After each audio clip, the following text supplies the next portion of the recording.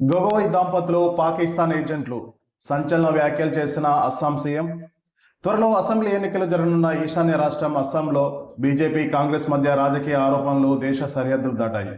రాష్ట్ర కాంగ్రెస్ అధ్యక్షుడు గౌరవ్ గొగోయ్ ఆయన భార్య ఎలిజబెత్ కోల్బర్న్ పాకిస్తాన్ ఏజెంట్లని సీఎం హిమంత్ బిశ్వ శర్మ తీవ్ర ఆరోపణలు చేశారు. కోల్బర్న్ కార్యకలాపాలపై దర్యాప్తు జరిపేందుకు అస్సాం ప్రభుత్వం నియమించిన సిట్ ఇచ్చిన నివేదికలోని అంశాలను ఆదివారం ఆయన మీడియా సమావేశంలో వెల్లడించారు. భారత్కు చెందిన అత్యంత సున్నితమైన సమాచారాన్ని కోల్బర్న్ పాకిస్తాన్కు చేరవేసినట్లు సిట్ విచారణలో తేలిందని తెలిపారు. కోల్బర్న్ భారత్కు రాకముందు లీడ్ పాకిస్తాన్ అనే సంస్థలో పాకిస్తాన్లో పనిచేశారు.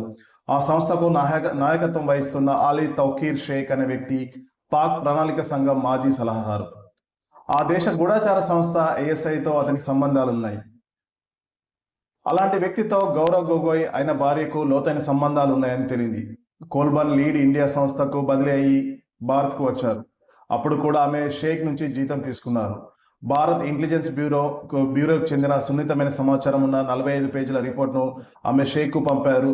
గౌరవ్ గొగోయ్ కూడా 2013లో అత్యంత రహస్యంగా పాకిస్తాన్లో 10 రోజులు పర్యటించారు. ఈ కేసు దేశ భద్రతకు సంబంధించింది కాబట్టి దీనిని కేంద్ర సంస్థలే దర్యాప్తు చేయాలి.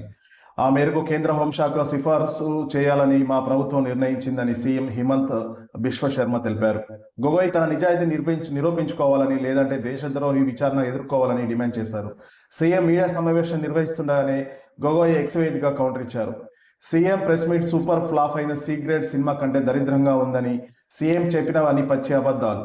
సీఎం ఆయన కుటుంబం దాదాపు 4,000 ఎకరాల భూమిని ఆక్రమించినట్టు మా స్గోమోయ్ పరివర్తన్ యాత్రలో బయటపెట్టాం. దానిని కప్పిపుచ్చేందుకే సీఎం ఈ ఆరోపణలు చేస్తున్నారని కౌంటర్ అటాక్ ఇచ్చారు కాంగ్రెస్ నేత గౌరవ్ గొగోయ్.